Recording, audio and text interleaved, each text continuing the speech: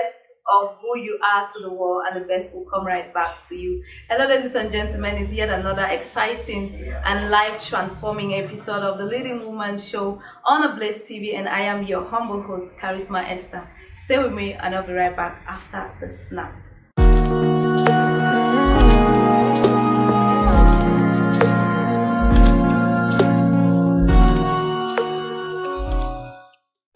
You cannot describe someone's story as a success story without tangible backing or visible proof.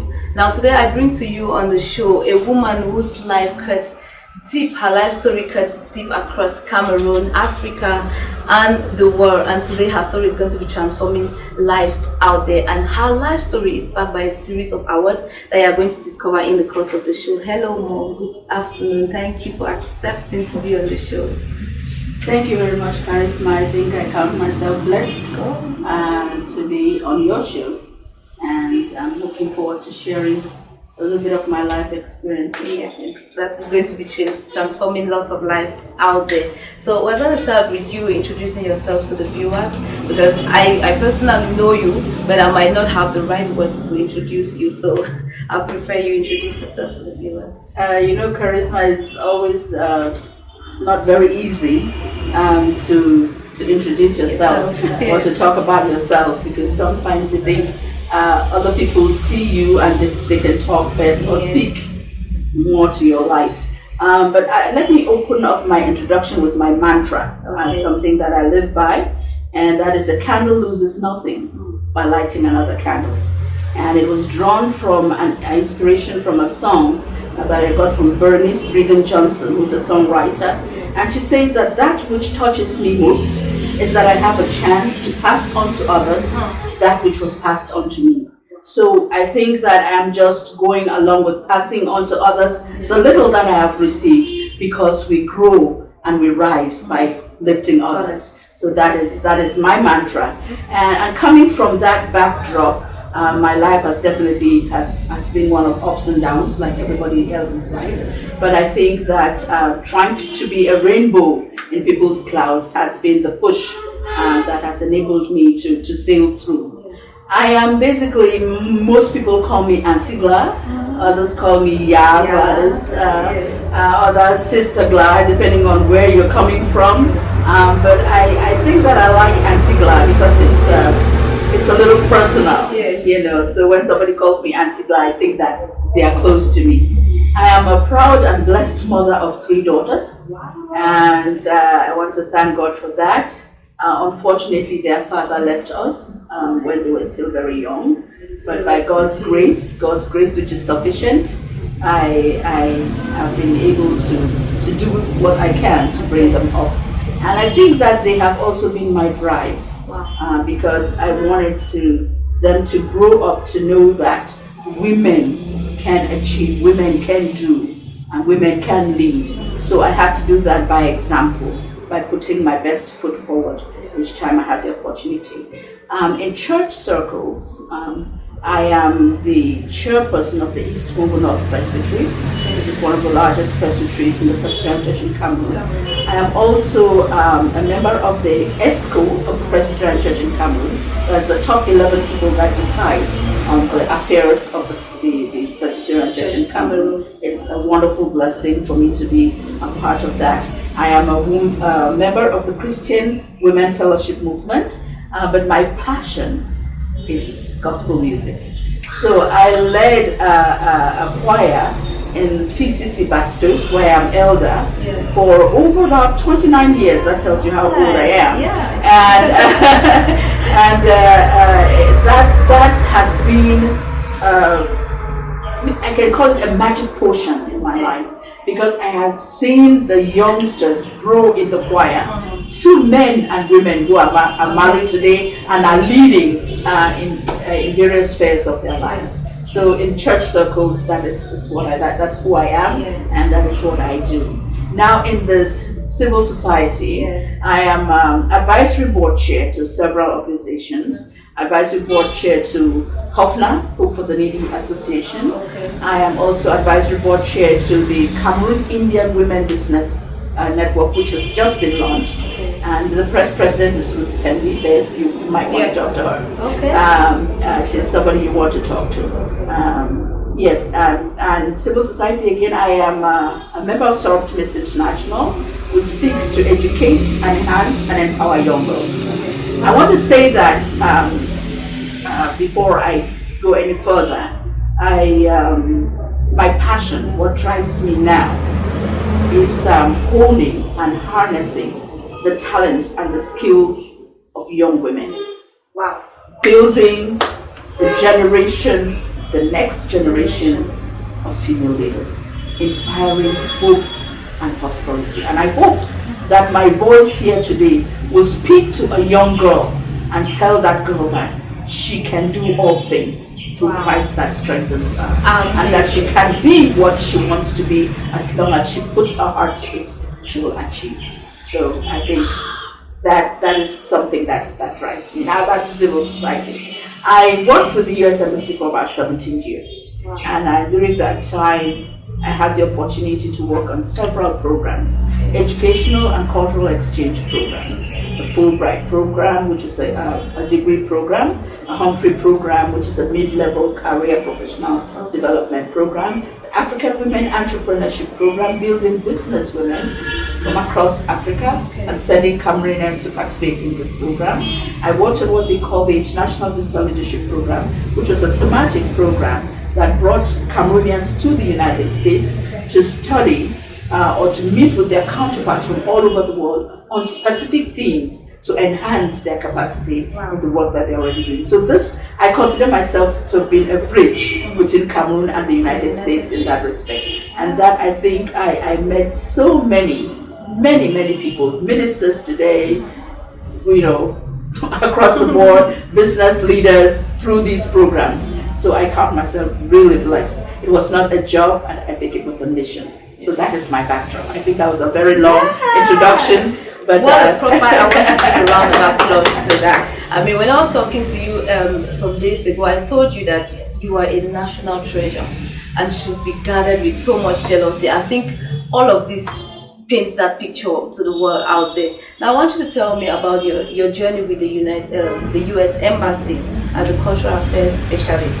When did you begin? I started working in the U.S. Embassy in 1999. Okay. And a year after that, my husband passed. So that was like a turning point in my life. I worked, like I said, for about 17 to 18 years with the U.S. Embassy, and it was a very uplifting journey. I already mentioned to you some of the programs that I did, but I don't know, Yes. Besides the dates, what else you want to know? Okay, now working as the specialist, the cultural affairs specialist, how often was your expertise solicited?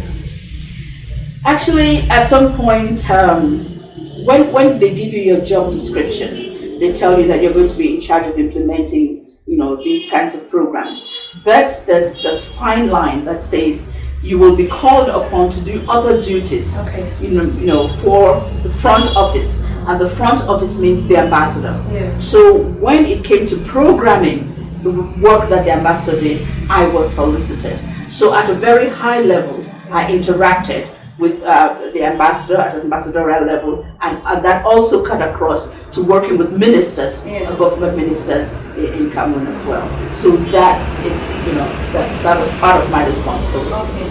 Now, recently, I was following a couple of weeks ago, you've been keynote speaker for Leeds Mission International, the Leading Lady Conference, I would say, and you emerged an award winner from that conference. Now, and something I noted down, they said you were awarded as a result of your inspirational, passionate, and outstanding leadership. Now, I want to know, what is your greatest leadership secret? To have landed you such an award. What is your greatest leadership secret? It is very difficult to say what the secret was, but I think that if we come from my definition of what leadership is, I think that will give you an idea. To me, leadership is when you enable people to do more, to grow more, to become more, then you're leading. Yes. So once you impact somebody else's life, you sitting here with me, Carisma, you're a leader. Because the program that you are doing is an inspirational program which serves people. Leadership is service. So when you put others first, then ultimately you can't go wrong. But when you centralize things on yourself, which I call the deadly trinity, which I call the me, myself, and I. When you focus on the me, myself, and I, then you lose track of what you want to do. Let me tell you, my greatest inspiration, you just met with my mother. Yes. Ma Olishan. I keep telling the young girls, I'm standing on the shoulders of very strong women who blazed the trail. She blazed the trail for us. She started talking about women and girls when nobody else dared to go there. Wow. Shout out to So that gave me the push and the zeal to do more for other women as well. As I mentioned, passing on to them that which was passed on to me. So when you set out, you don't set out to be a leader. You don't set out to inspire. But when you focus on the lives of other people, all of those things come along. Yes. They just happen. Yeah. They just happen along the way. You are telling me that I'm an inspiration. I don't know. I mean, honestly, I don't think in that, my mindset is not there. My mindset is talking to you, Carisma, and making sure that Carisma tomorrow will go and say, my life changed because I met Yaa Gladys. Yes.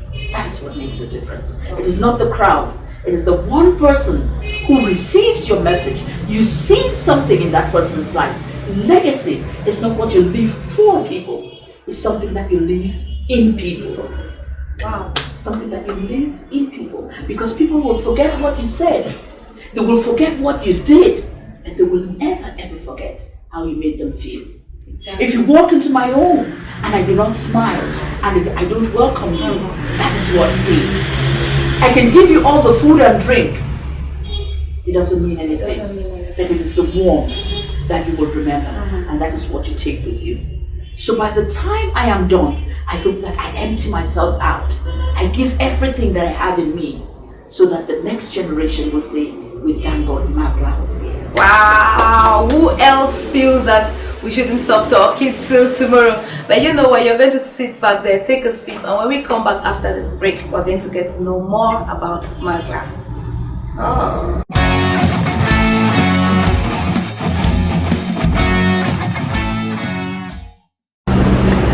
Now that we are back, I think we should all shout out a big congratulations for this recent award that Yaa Gladys just bagged.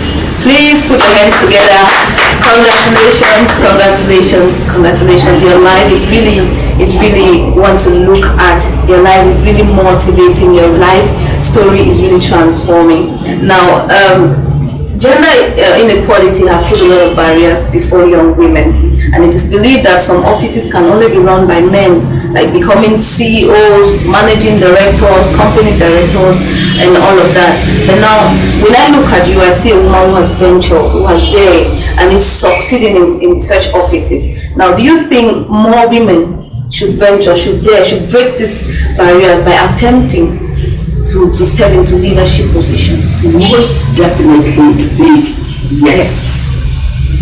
I am so elated that as we speak, Kamala Harris is going to be on the ticket to run for Vice President of the United States of America. Wow. Now this is the first African American woman to step into that kind of a position. You can do it. But you have to take small steps. Do it in bite sizes. The problem is that sometimes you want it all here and now. But you've got to seek help, seek mentoring. If you want to become a mayor, what does it take for you to be a mayor? You have to start doing the grassroots work. Meet other women who have been mayors. Let them hold your hand. We rise by lifting others. I tell the women, I said, so once you get up there and you're sitting at the top of the table, please just don't be the menu. Make sure that your voice is heard. And make sure that you reach out and reach back and hold another woman's hand up. and brings her. That is how we get there. So definitely, women should dare. The word we used is to dare. It's the courage to dare. The problem is that we have a lot of fear. And fear, simply defined, is either you face everything and rise, or you face everything and run. So are you going to keep running for the rest of your lives? God has created you beautifully and wonderfully and endowed you with tremendous talent. I told the women at the Leading Lady Conference, you're all phenomenal women. It doesn't matter where you are or what you're doing. Just be the best at what you do at that time. And when one best adds to another best and to another best, you become excellent and you become significant and unforgettable. Wow.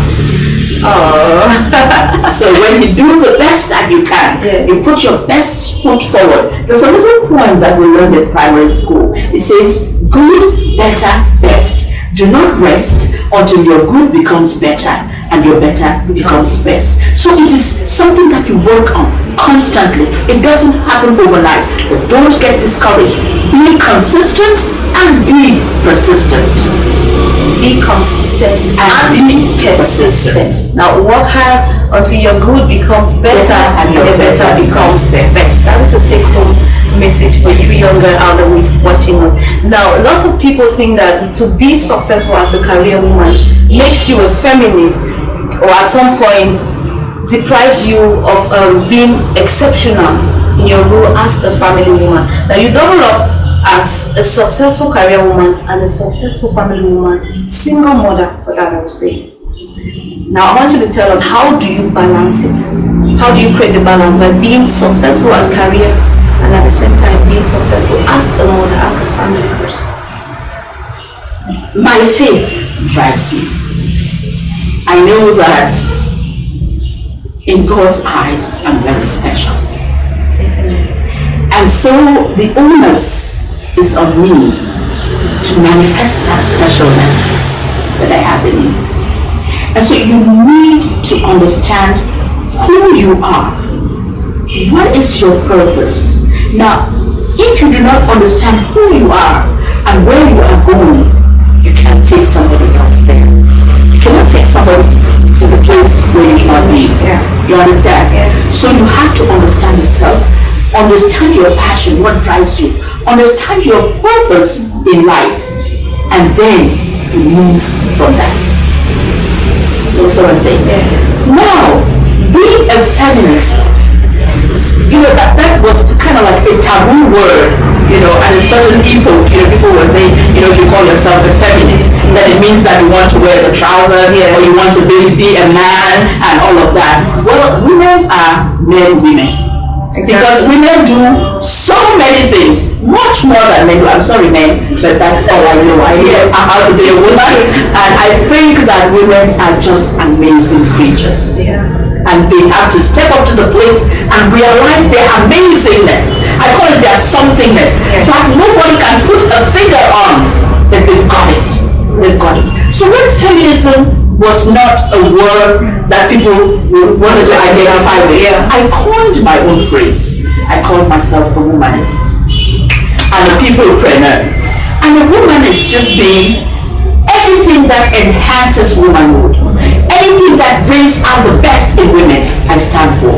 But by token, being a womanist, you are a feminist. The same comes from femme in French and woman in English. So I think that there is no taboo to being a feminist. I was just reading somewhere yesterday, and a woman was saying that no matter what gender you are, you should be a feminist. Wow. Now that was a nice twist. Saying that we need the men to come on board and encourage the young girls, because once you see something in a girl, you have seeded it in an entire nation. Nations grow and develop more when women are integral part of it. Wow. So feminist, humanist, whatever you choose to call me, we are all peoplepreneurs. We work to enhance the lives of people. That's the new word I've learned.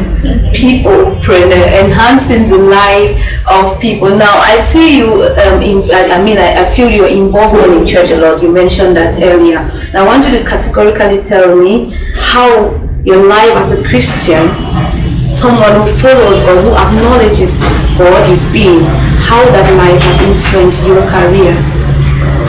My dear daughter, when you profess the love of Jesus Christ and you are Christ-centered and Christ-focused, you have a lot of responsibility. Because I read somewhere, you are the Bible that somebody will read. So your life should be a reflection of the values and the standards that are put forth by Jesus Christ. So following Jesus Christ, it means that you have to be Christ-like. The Bible tells us that it's the constant renewal of our mind, that we should not conform to the things of the world, but constantly renew your mind, feeding yourself with the Word of God and growing in spiritual maturity. Then you can bring many people along. So that has been the linchpin of what drives me in my leadership. Oh, I think after this, I have no words, because if I should say something, I might be spoiling some things that have been correctly said.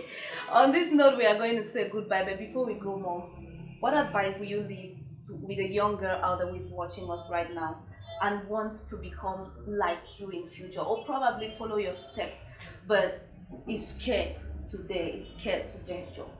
What advice will you leave them with? The first thing is, do not be scared. And don't go to a place where people pull you down. Go to a place where people empower you. Because when you go to a place where people look at the negative side of you, you will never grow. So don't be scared, just dare, but make sure that you go to the positive side. Another thing I would tell them is, I use two acronyms. The acronym THINK and another one is I CARE. Let me start with THINK. You know, communication is a very important skill. And so I advise young women out there, if you want to excel, please be sure that you articulate clearly what it is that you want to say. Don't let people put words in your mouth. Say what you want to say and mean what you want to say. I always say that I am very selective with the way I choose my words. Yes, I place my words, I don't place them randomly. So when you are communicating, when you have a message to put out there, make sure that you give it your very best shot. First of all, you think, what you're saying, is it true? Because truth will always stand the test of time. Is it timely? You just don't say things because you have something to say or because you want to say it. It must be timely. Is it helpful? Does it help somebody to grow? Does it inspire somebody for the eye? Does it inspire somebody? Does it nurture them for the end? Does it nurture them? And is it kind? Whatever you do, my dear daughters out there, be kind. Be kind and be humble. There is nothing like being kind. Giving somebody a glass of water is being kind. Just be kind. That is something that stays with you. And then the I CARE acronym, integrity. You must have integrity. You do the right thing when everybody is watching, but you also do the right thing when nobody else is watching.